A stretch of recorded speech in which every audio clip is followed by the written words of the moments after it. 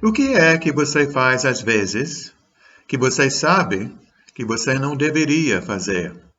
Depois que faz, você se sente triste, talvez até envergonhado. Você pede perdão a Deus. Você promete a Deus que nunca mais vai voltar a cometer aquele pecado.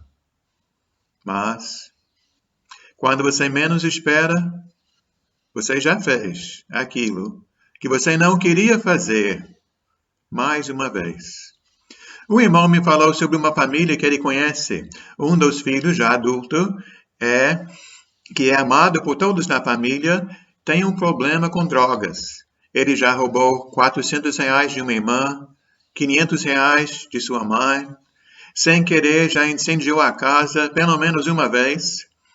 Na tentativa de comprar a droga, este moço já fez outras coisas, até piores, que eu nem vou falar para vocês. Mas quando falam com a mãe sobre uma internação, ela fica com pena do filho dela. Eu disse para este irmão que aquela família precisa deixar este rapaz sofrer as consequências do vício. Se ele cair na calçada, deveriam deixar o rapaz caído lá, para que ele possa acordar na calçada, tomar vergonha e daí buscar ajuda. Às vezes o amor tem que ser duro, que quem ama deseja mudanças. Eu tenho observado que, em geral, o primeiro passo para uma mudança real é sentir dor. Tanto que existe o ditado, acho que todos vocês conhecem, ela não veio por amor, ela veio pela dor. Um irmão me disse que ele teve um grande problema com a bebida. Ele lembrou que uma noite ele estava tão embriagado que ele só conseguiu chegar em casa de 4. Ele chegou em casa se arrastando pelo chão. No dia seguinte, ele ficou cheio de vergonha, pensando que poderia ter sido visto pelos vizinhos, ou até por seus próprios filhos. Mas ele diz que mesmo assim, não parou de beber. O irmão só caiu em si no dia em que ele e um amigo foram visitar a sua ex-esposa. O amigo contou várias inverdades para a ex-esposa do irmão. Isso deixou o irmão tão zangado, que ele ficou tão revoltado, que ele pegou uma garrafa de cerveja que estava na mão dele, jogou com força no chão, e o vidro voou para todos os lados e ele se cortou. Aquele dia foi a última vez que ele bebeu, porque ele sentiu a dor, buscou ajuda. Outro irmão também lutou com bebida e com jogo. Foram muitos e muitos anos. Ele e a família sofreram muito com grandes perdas financeiras. E o tempo foi passando, mas ele não mudava. Finalmente chegou o dia em que a esposa dele não aguentava mais. Ela declarou que se ele não parasse de beber e de jogar, que ela iria abandoná-lo. Foi neste dia que ele acordou e buscou ajuda e finalmente a vida dele mudou. Outro irmão sofreu com o vício de pornografia. Ele já estava na igreja e conseguiu esconder seu problema dos irmãos da igreja, de sua esposa, de toda a família. Ele dizia para si mesmo que aquela vez seria a última vez, que ele jamais voltaria a praticar tal perversidade. Mas o pecado persistiu durante muito tempo, até que um dia ele não conseguia mais se olhar no espelho.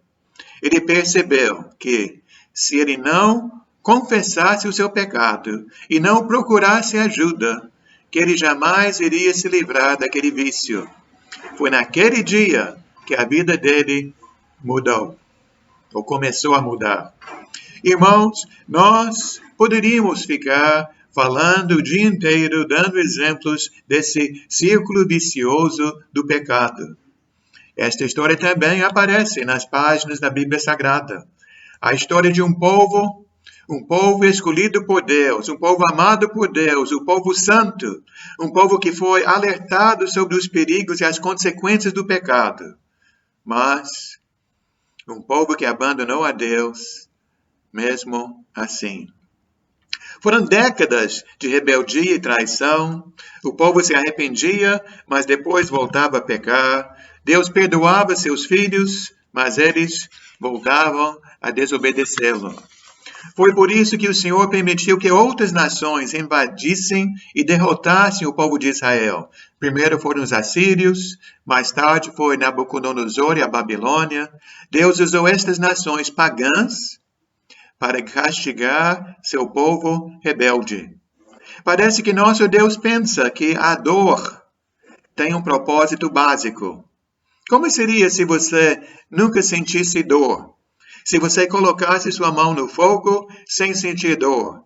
Sem dor, você não iria retirar sua mão do fogo e sua mão poderia queimar antes de você perceber o que estava acontecendo. É a dor que nos leva a buscar o médico para receber a cura. Esta é a história que nós encontramos em Jeremias capítulo 50. É a história dos filhos de Deus buscando o Pai com lágrimas, chorando e buscando o Senhor, o seu Deus. Não é bom estar perdido, mas é muito bom saber que você está perdido. Pois quando você reconhece que você está perdido, você vai gritar e buscar, procurar ajuda, o socorro. Gostaria de ler Jeremias, capítulo 50, do 4 ao 6. Jeremias 50, a partir do versículo 4. Naqueles dias e naquela época, declara o Senhor, o povo de Israel, o povo de Judá, virão juntos, chorando e buscando o Senhor, o seu Deus. Perguntarão pelo caminho para Sião e voltarão o rosto em direção dela. Virão e se apegarão ao Senhor, numa aliança permanente, que não será esquecida. Meu povo tem sido ovelhas perdidas. Seus pastores as desencaminharam e as fizeram perambular pelos montes. Elas vaguearam por montanhas e colinas, se esqueceram de seu próprio curral. Sentir dor é ótimo, quando esta dor nos leva a chorar e buscar uma solução para nossos problemas. Após o castigo de Deus, o povo de Israel acordou e perguntou pelo bom caminho.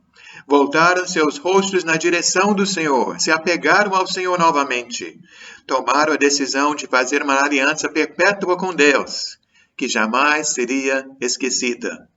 O povo estava perdido, que nem ovelhas perambulando pelos montes, vagando pelas colinas, porém, finalmente, abriram os olhos para buscar nosso único Salvador. Eu não sei o que você precisa mudar. Talvez você tenha um problema com comida. Ou talvez você gaste seu dinheiro em coisas indevidas. Ou você não sabe controlar sua ira. Ou você vive falando da vida dos outros. Ou você joga seu tempo fora, assistindo a televisão, ou grudado no celular, na internet. Seu problema pode ser cobiça ou preguiça. Talvez você tenha o hábito de mentir, ou goste de aparecer, ou vive ansioso ou preocupado. Eu não sei, mas eu espero que você saiba. Eu espero que a sua dor já esteja bem intensa. Tão intensa que você não aguenta mais sentir esta dor e logo você vai gritar: chega! Eu quero mudar, eu preciso mudar, eu não aguento mais viver desta maneira. Tiago, filho de José e Maria, escreveu na carta dele, em Tiago capítulo 4, do 8 em diante: aproximem-se de Deus, Ele se aproximará de vocês. Pecadores, limpem as mãos. Vocês que têm a mente dividida, purifiquem o coração. Entristeçam-se, lamentem-se e chorem. Troquem o riso por lamento e a alegria por tristeza. Humilhem-se diante do Senhor, e Ele os exaltará. Jesus Cristo disse: bem-aventurados os que choram, pois estes serão consolados. Graças a Deus por homens que choram. Graças a Deus por mulheres que são humildes, que confessam seus pecados, pois este é o caminho da salvação. Aproximem-se de Deus e Ele se aproximará de vocês. Vamos limpar nossas mãos, limpar nossas bocas, limpar nossas mentes, buscar nosso Pai.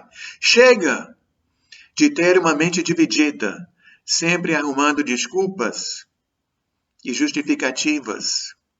Vamos dar o braço a torcer, admitir que estamos sozinhos, e sozinhos nós estamos sempre fracassando.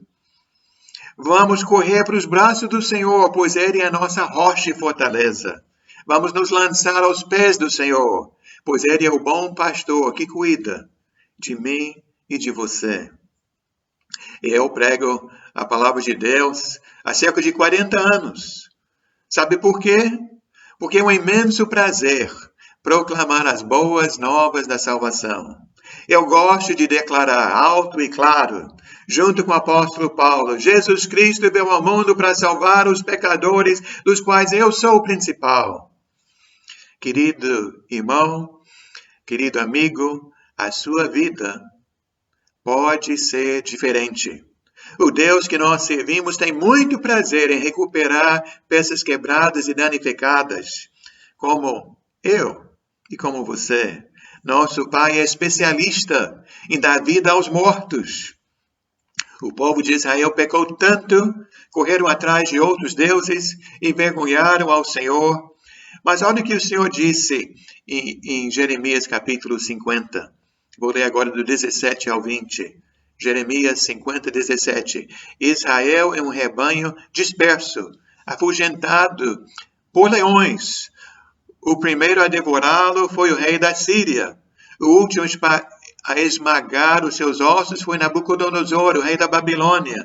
Portanto, assim diz o Senhor dos Exércitos, o Deus de Israel: castigarei o rei da Babilônia e a sua terra, assim como castiguei o rei da Síria.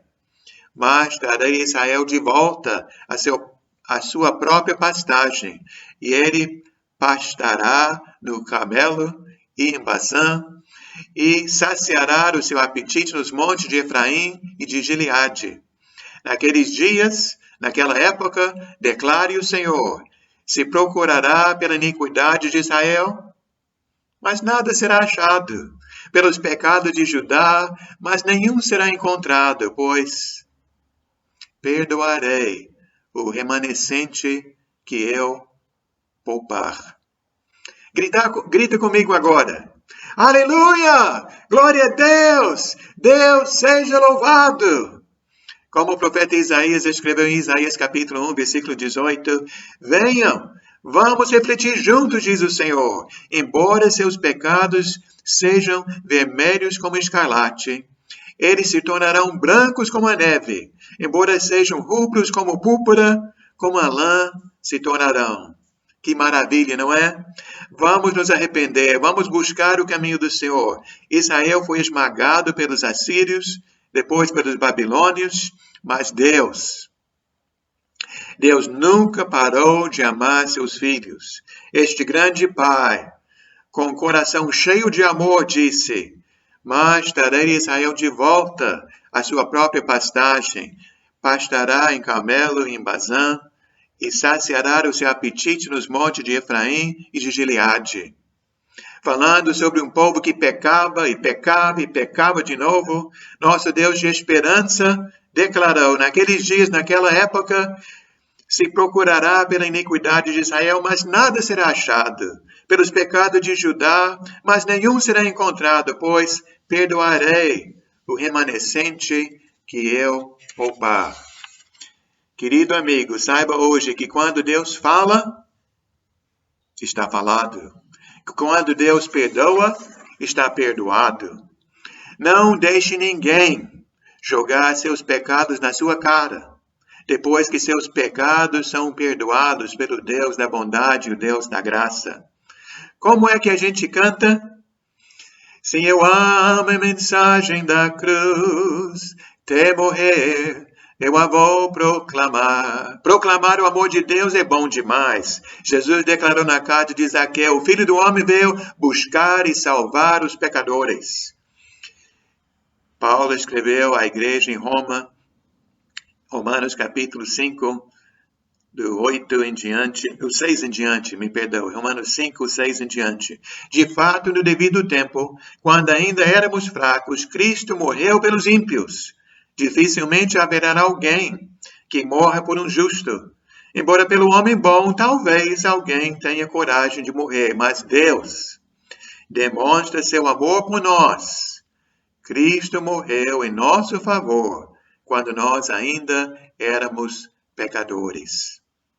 O apóstolo Pedro proclamou em 1 Pedro capítulo 2, 21 em diante: para isto vocês foram chamados, pois também Cristo sofreu no lugar de vocês, deixando-lhes exemplos para que sigam em seus passos. Ele não cometeu pecado algum e nenhum engano foi encontrado na sua boca. Quando insultado, ele não revidava. Quando sofria, ele não fazia ameaças, mas entregava-se àquele que julga com justiça. Ele mesmo levou em seu corpo os nossos pecados sobre o madeiro, a fim de que nós morrêssemos para os pecados e vivêssemos para a justiça. Por suas feridas, vocês foram curados. Meu amigo, minha amiga, Jesus entrou no mundo, subiu naquela cruz do Calvário para nos salvar. Jesus morreu pelos nossos pecados. Jesus deseja tirar você do pecado para que você possa levar uma vida nova, totalmente livre do pecado, andando na luz, vivendo na sua presença. Então, onde nós ficamos? Quem é que o Senhor não pode salvar? Ele não pode salvar aquele que não sente dor. Ele não pode salvar aquele que diz que está tudo bem, eu vou resolver meus problemas. Ele não pode perdoar aquela pessoa que acha que tudo que ela faz é normal. Não foi nada demais. Abra, Senhor, meus olhos, nossos olhos. Faça de nós, Senhor, homens e mulheres que não têm vergonha de levantar a mão e dizer para todas as pessoas: nós somos pecadores. Nós queremos mudar antes que seja tarde demais. O que é que o Senhor gosta? Ele gosta de levantar os caídos, de resgatar os perdidos. A decisão hoje é sua. O que você vai fazer com a oferta de Jesus? Você deseja continuar fazendo o que você sempre fazia? Ou você deseja mudar de vida? A escolha é sua. Chore, se arrepende, confesse seus pecados, busque ao Senhor, porque Ele gosta de perdoar. Cristo Jesus veio ao mundo para salvar os pecadores.